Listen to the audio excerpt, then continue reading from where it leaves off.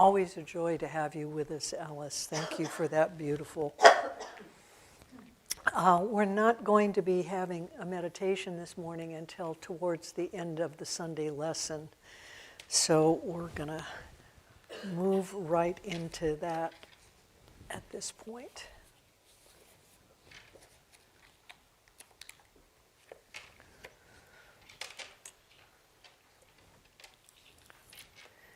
A man took his wife and his mother-in-law to Israel for a vacation.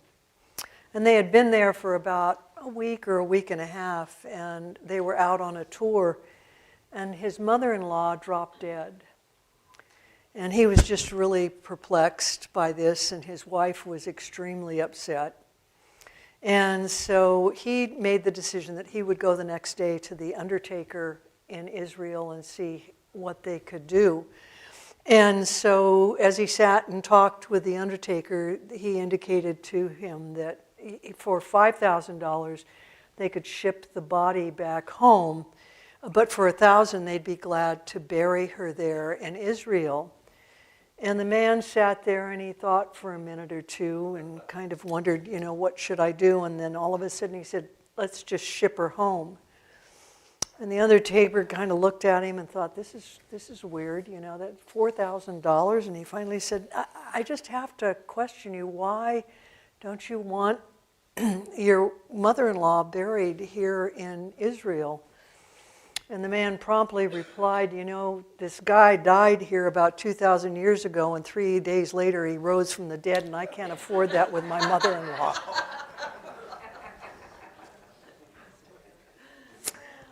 Easter is indeed a time of celebration, the resurrection of Jesus.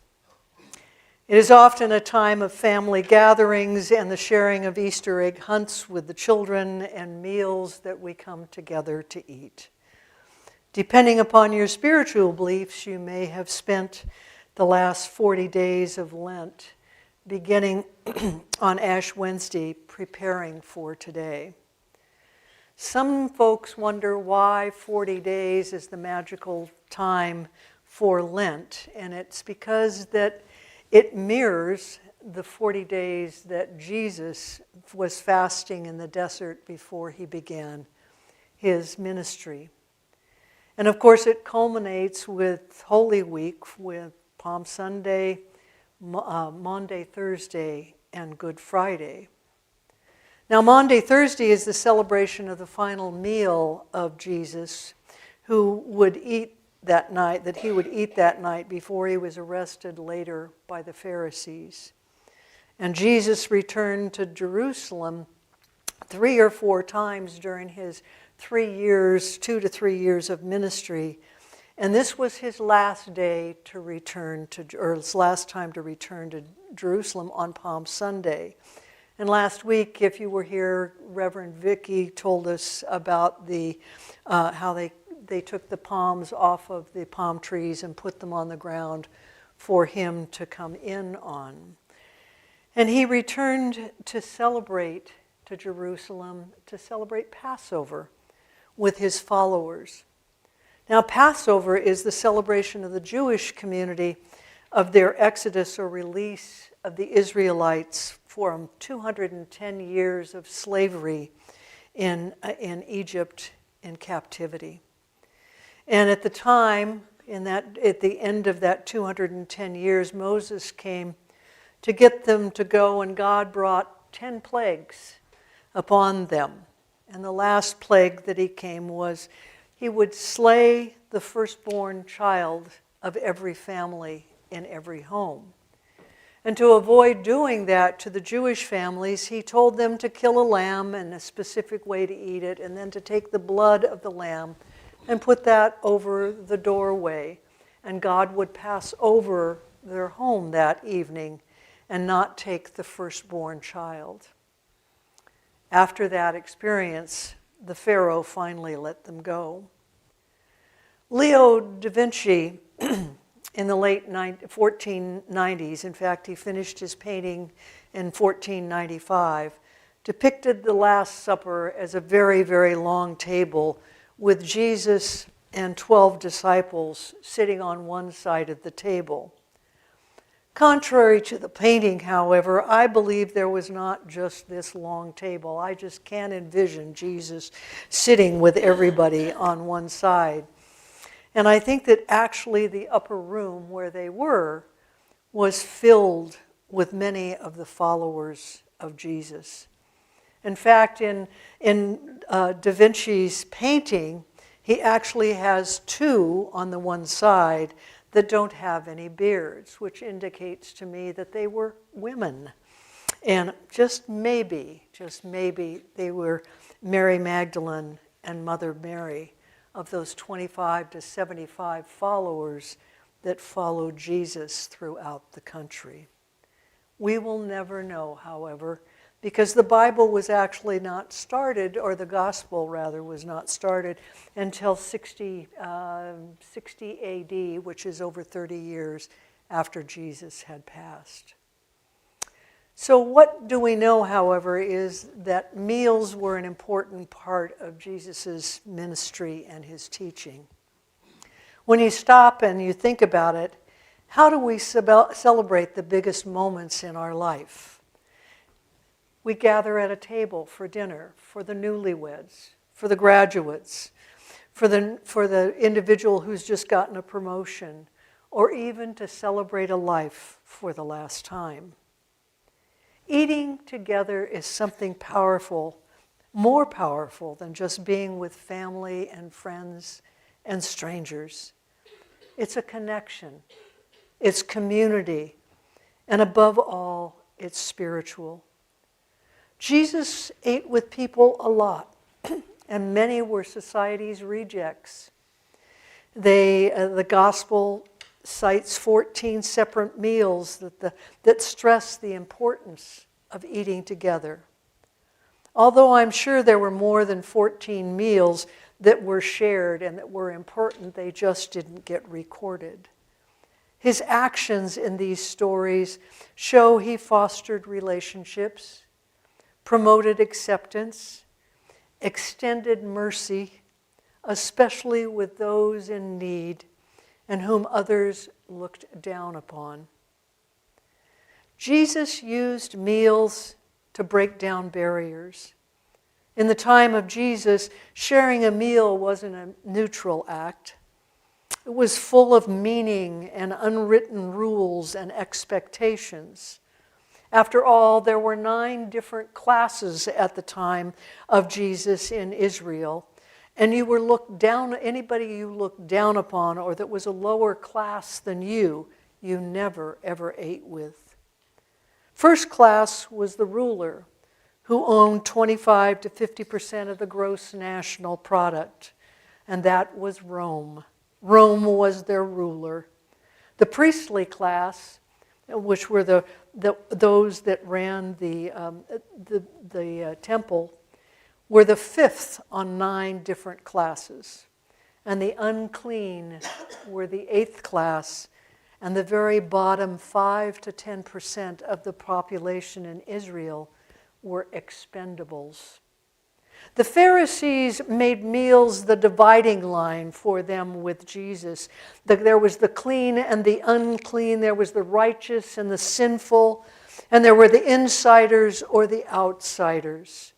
And in Matthew 9, we find Jesus not only eating with Matthew, but with many tax collectors and disreputable sinners.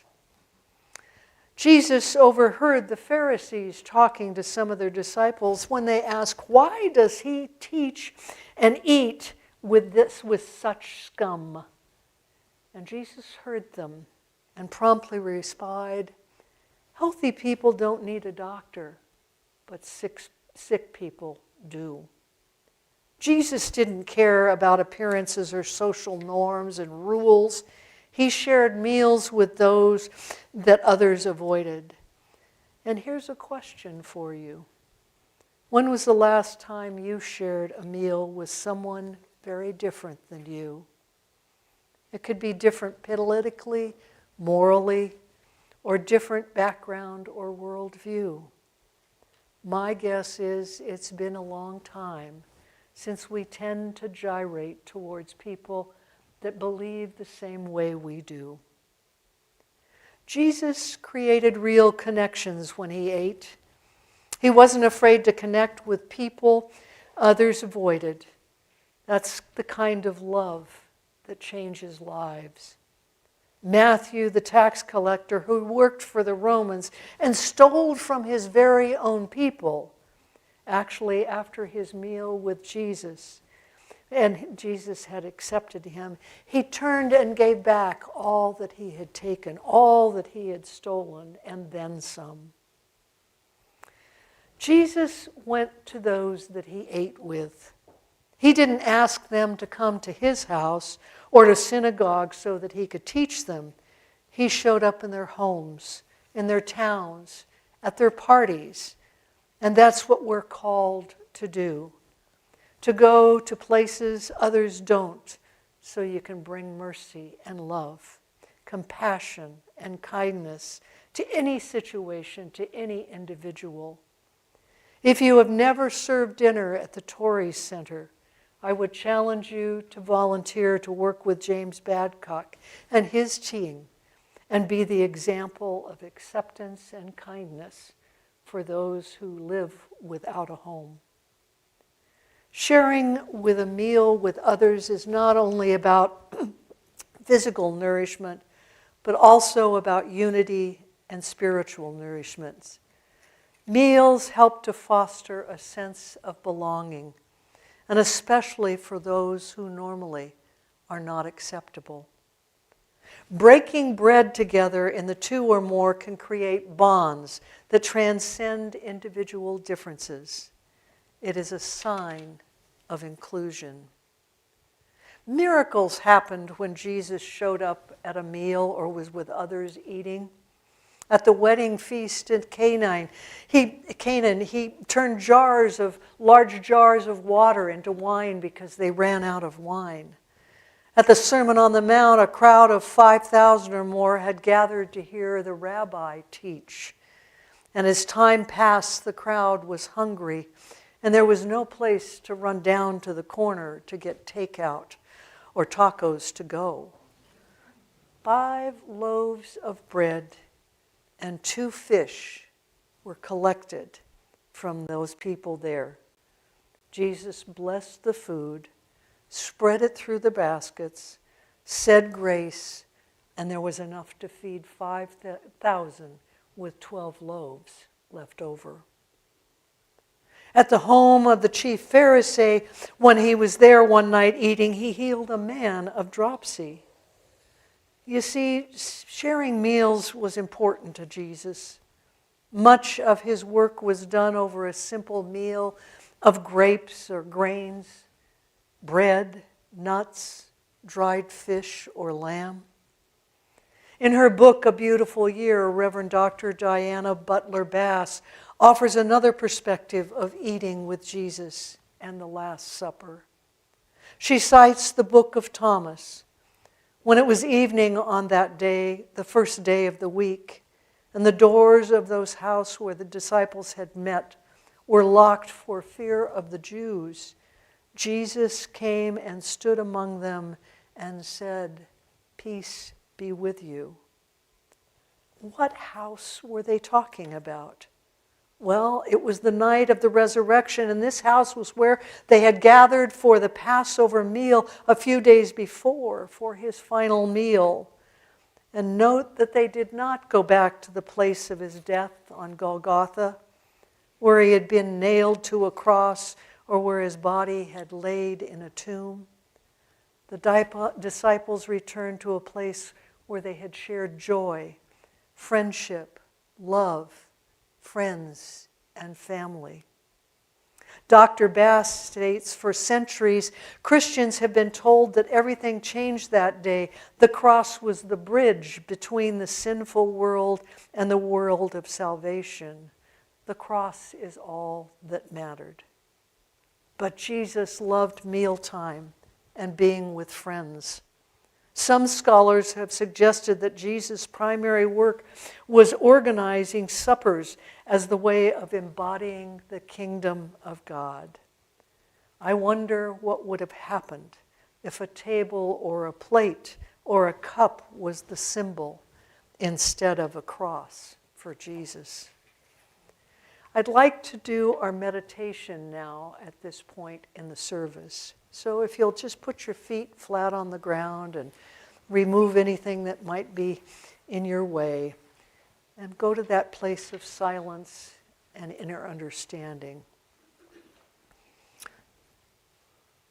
Know that you're in a safe place, that you're divinely protected, and begin to watch your breath and notice how with each inhale, your breath is slower and deeper. Express gratitude for your breath.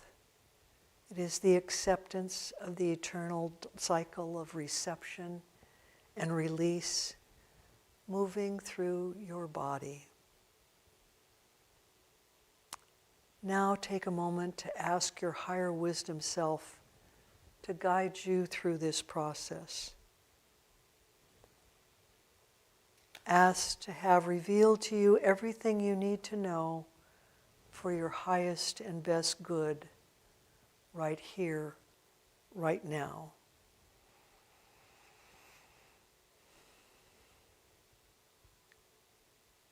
Begin by asking your higher wisdom self to scroll back through time and to draw up into your awareness one of the more memorable moments of sharing a meal with others.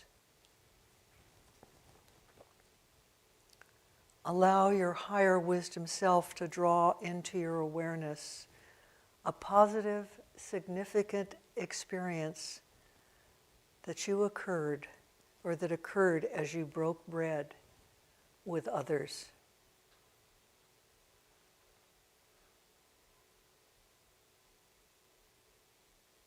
Now, in your mind's eye, notice where you were.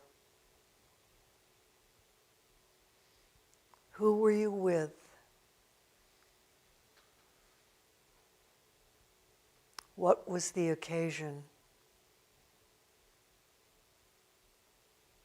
How were you feeling?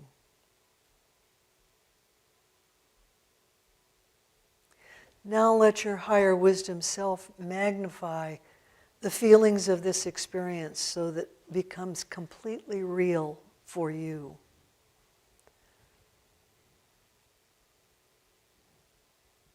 And now ask your higher wisdom self to show you what you came to learn about sharing a meal with others. What did you learn about yourself? What did you learn about someone else?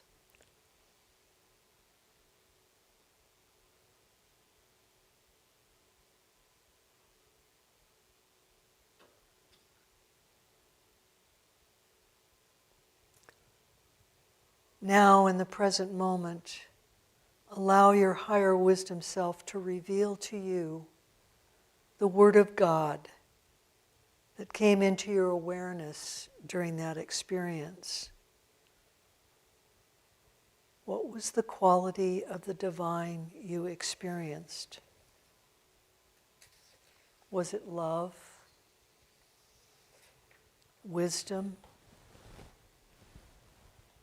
joy, maybe peace or kindness?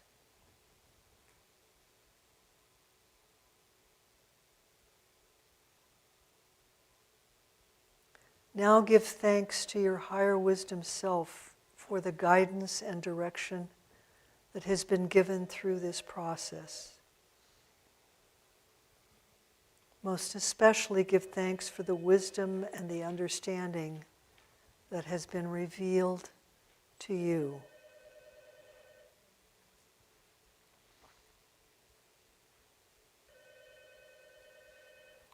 God's calling, so bring your awareness back to your breathing. Feel the movement of the breath in your body. Feel the presence of your body in the room. And feel your feet on the floor and your body in the chair. And when you're ready, open your eyes and allow your awareness to come gently back into your room.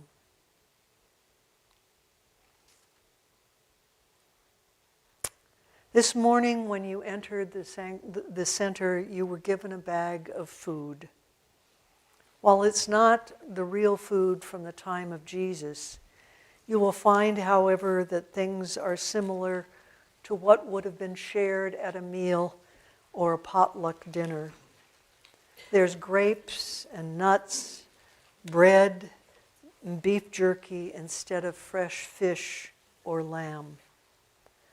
I would ask you, when I complete the instructions, to rise and get with someone that you do not know or that you'd like to know better, and share a meal with that person this morning. You have a grace, a piece of grace or grace written on that's in your bag. We have the grace also up here. And before you begin to eat, say the grace with each other. And don't stay with your spouse or your best friend that you're sitting next to right now. Find something new. Find someone new. You'd be surprised what you might learn. Ask some questions, like what brought you here today? And so with that, please get up in silence and move to a new chair and break bread together. No talking, please. Just point and sit down.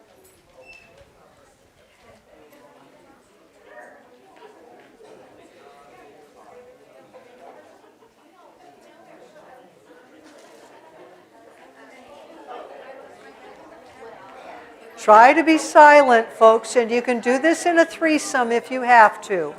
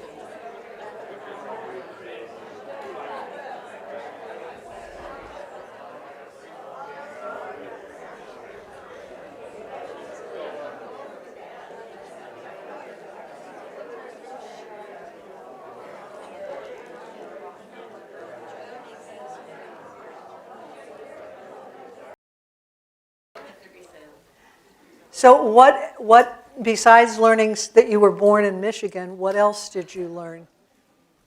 Yes? I learned that I like to talk a lot. The person I met doesn't.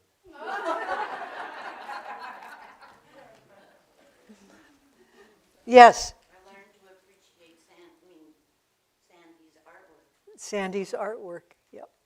Well, both of you share artwork with each other. Two art people connected together. Anyone else? Yes? You learned to meet somebody that was what? Kind. Yeah. Yes? Each of us searches out spiritual paths at different times and different ways. Yes. One more? Yes. I learned that this new person I talked to, researched a lot, looking for a new spiritual home, and just discovered us and is already really enjoying it. So that was wonderful. Wonderful. I was reminded of the power of gratitude. A powerful what? The power of gratitude. Oh, a power of gratitude. Yeah. Yes. I found out that the lady I was talking to was the mother of a friend of mine.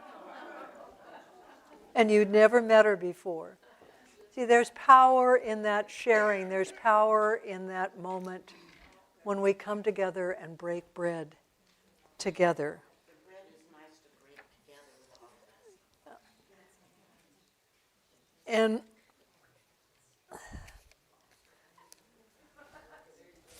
Jesus welcomed everyone to his table, regardless of who they were, Gentile, woman, sinners, the poor, the sick, to name just a few. He didn't care. It didn't matter to him.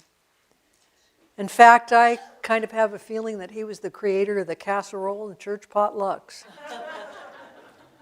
If we stop and think about it, because when a meal was held with him, everybody brought what they had to share.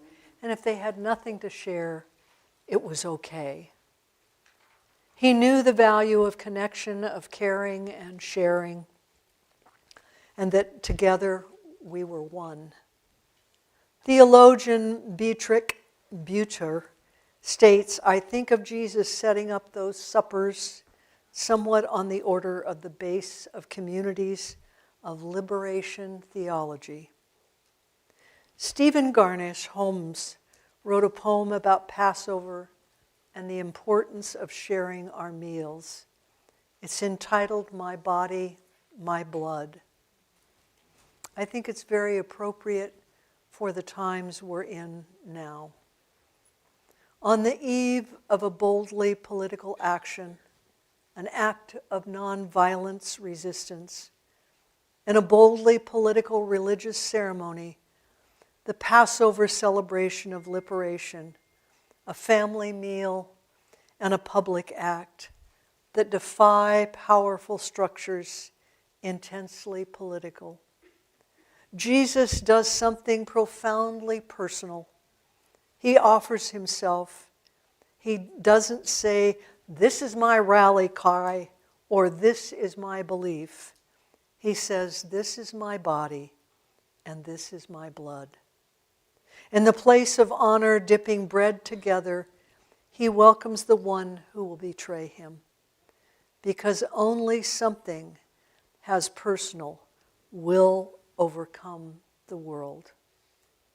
Only love and nothing outside the human heart will defeat evil but love. Our political actions require a personal presence. Our personal acts have political power. Our salvation is not a ransom paid, but a presence offered within.